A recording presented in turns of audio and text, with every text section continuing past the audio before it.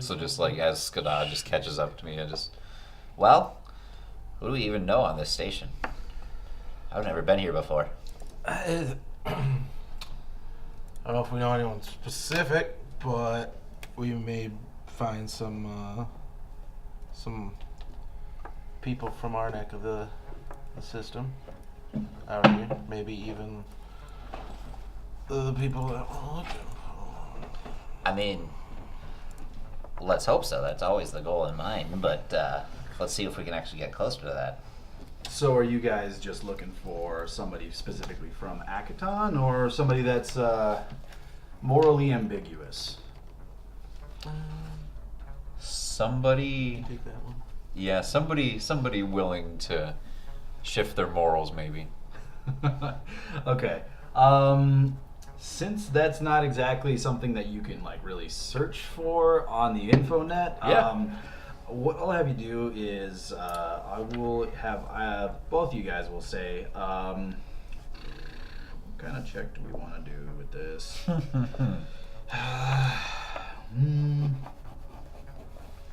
Keeping the DM on his toes. Never let him get comfortable. No, you never do.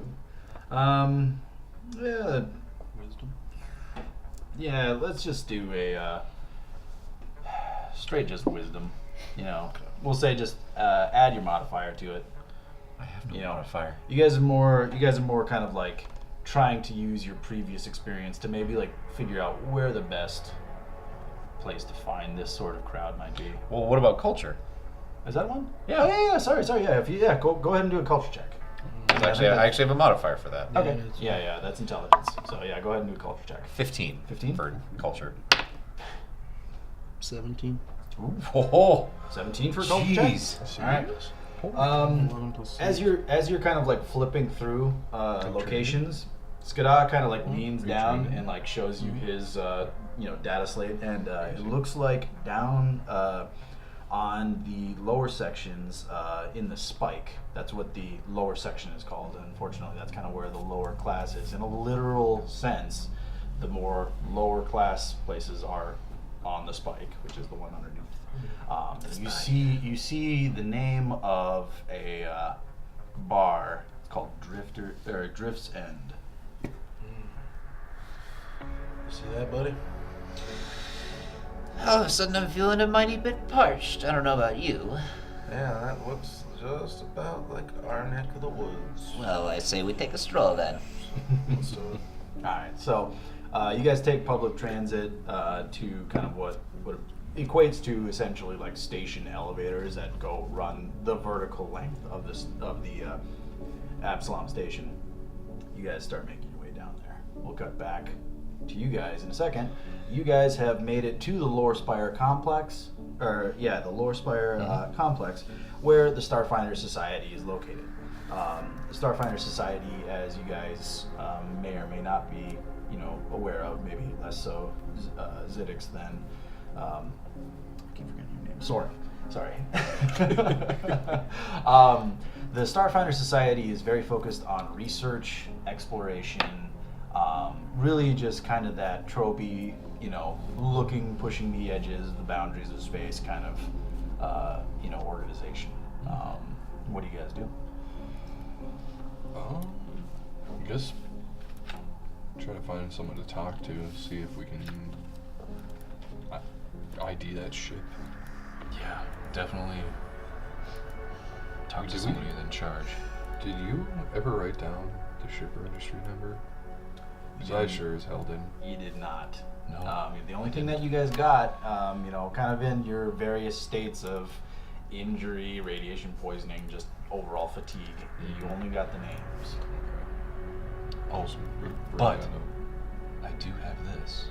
And I show him the ID card, the captain. The captain. This could actually tell them what ship he was on, or what he was assigned to. That's true. And if you recall, the name Captain Lowe. Captain Chase Lowe. And it didn't have a registry of him being in like the Starfinder Society, but it was captain of a ship, so Yeah. it's definitely a good lead. It's implied. So you guys just go in and try to find somebody to maybe help with looking at that. I'll let you do the talking because I'm another race. So chase it. Chase low. Chase L-O. Low. Chase. L-O-E. And just as, kind of for your reference, as you guys are entering into the Lore Spire complex and you're walking around trying to, like, find somebody to talk to, the Starfinder Society seems to be one of the most diverse, in culturally, like... Hey, check that out. Shireen. It is a very, very diverse organization. There's representatives of all races. They all come together in that kind of like combined sort of, interest, creed, or drive to discover, explore, and generally push the boundaries. Be it in sciences. Go where nothing has gone. Yeah. That's Without a nice ring treading to on it. copyright, yes, that essentially. That's why I just. But anyways, so you guys go up to the administrative desk, and somebody directs you on a representative of the Starfinder Society that could maybe like help you. You are directed and kind of like ushered into one of the administrative sectors of the Lore Spire complex, and you are brought forth into the office of what appears to be a human male. You see a lot of really cool kind of like abstract artifacts, things that this guy's definitely been around. You see like, Vesk weapons. You see, things that remind you of your time in the Skyfire Legion, reminding you of the blood, the gladiatorial arenas from home. The uniqueness of the office definitely draws your attention. You're like, wow, Zidix is just like really, it being part of a race that strives for uniqueness. This calls to you. Yeah. The guy sitting behind the desk, he's like tapping away at his display, and he kind of looks up. Ah, yeah, come in. I saw that you were looking for some information on some things. He's here. And you kind of like, oh, sorry. Explorer Thade Cosin. Good to meet you, Thade. I'm Soren. Hello, This is- Thade. I am Zidix. Nice to meet you. We just went through a predicament, and I think we need to report it and try to get some more info on it. Report it. We're the Starfinder Society is definitely integral, but I guess what is it that you're reporting?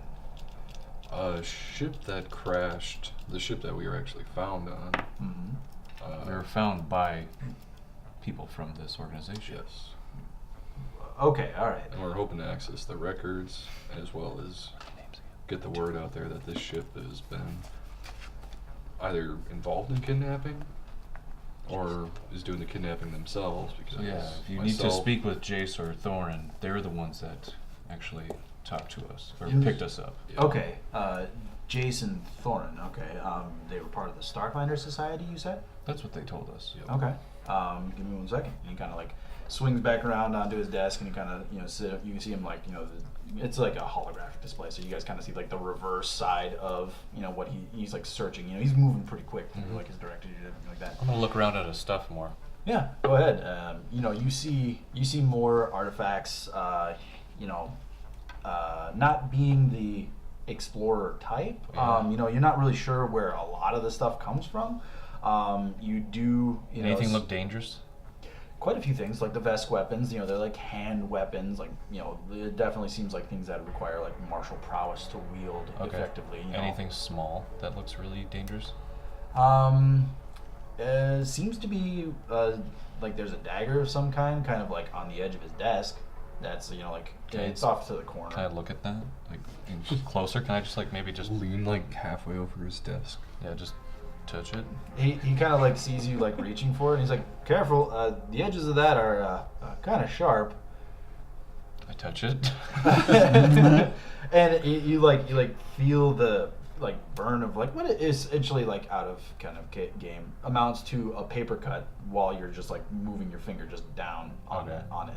And he's like, told you that blade has a very like micron like super nano thin edge to it. That'll cut through your finger if you just like touch it. Wow, that is very cool. That's a cellular slicer right there. You know what that is? Wow. He kind of looks. He's just like looking at you, like kind of squinting, like. I give him a wink. Just like, just go along with it. And he just like leans back over to his display, and he just keeps going. You guys see like kind of a long red bar kind of up here, and he's like, Hey, that's a red. That's said a bar. Red Jason Thorin, correct? Bar. Jason and Thorn. Yes, they're two human. Okay. I don't have any record of any members of the Starfinder Society underneath those names. I mean, you know, do you have anything else about them? Maybe their ship name, registrations, where they said they were coming from, going to? I didn't. I actually wouldn't know any of that because I was undergoing a lot of strenuous radiation poisoning. Ooh. I was torn to bits by a Nakata. Yeah, They at least brought us to safety, Yes. and Okay. we got medical attention. So yeah, well, you know, I apologize, but that seems rather strange that they gave you that information underneath the false names. I can't say that's you know anything new, but yeah. Was there anything else that you guys needed? information. Yep. Okay. Anything in particular? I mean, you've come to the right place for that. I can tell you that much. Well, yeah, it's kind of a rude awakening because I didn't know any of. We have two other parties or people in our party. I just remember waking up in a chamber next to a few of them, and didn't know how we got there. We were all locked in pods. That is a bit off of the ordinary. And we were also locked in a cargo bay Yep. with an Akata. Are you aware of this creature? I've had the pleasure of running into one and running from it. We actually destroyed one. Wow. The two of you and And I two pull out others. a little vial of his saliva. You should not have that. Why is that? You don't know anything about Akatas, do you? No, I wanted to find out more with this. Akatas replicate by biting humanoid victims and having their saliva injected into their bodies. Their saliva carries thousands of larvae that erupt from the victim over a period of time. So what's gonna happen to me? Were you bitten? Hell yeah. Okay, I mean, you would be feeling the effects. How long ago was this? It's been 6 days now, 5 days. It took us Usually 5 days to sim- get here. Yeah, I don't know how Well, long it took usually- us to In recover. and out for almost the entire journey back. Usually symptoms start to appear immediately, so I would count yourself very fortunate to not have been somehow infected by this. Is that something that the medical facility we were taken to might have picked up? You mean like picked up from? Detected. Oh, detected. While we were there. Removed. Oh, absolutely. I mean, the colloquial term of it is void death, and I mean that is something that That sounds terrible. would show up immediately. I mean, if it's been 6 or 7 days since that time, I would say you're probably in the clear. But you are very lucky, my friend. I don't feel very lucky. I would say he's very astute in that assumption that you are lucky. There was at least more than once that this man almost died, helping us get off the ship and then get help. Well- doing what I do. All the same, I would probably not just simply have that in a vial in your pocket. Will do. I know that, and he kind of like squints. I know that it's something that probably shouldn't be used or done so, but underneath the supervision of the Starfinder Society, I do know of probably a few, we'll say, unhinged researchers that probably would pay for that. Oh, could I get their names?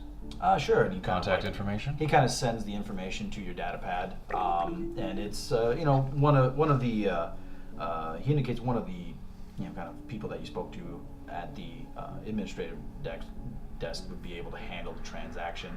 Oh. They're used to dealing with people coming in with rare materials, research things, and they do. I mean, they're not like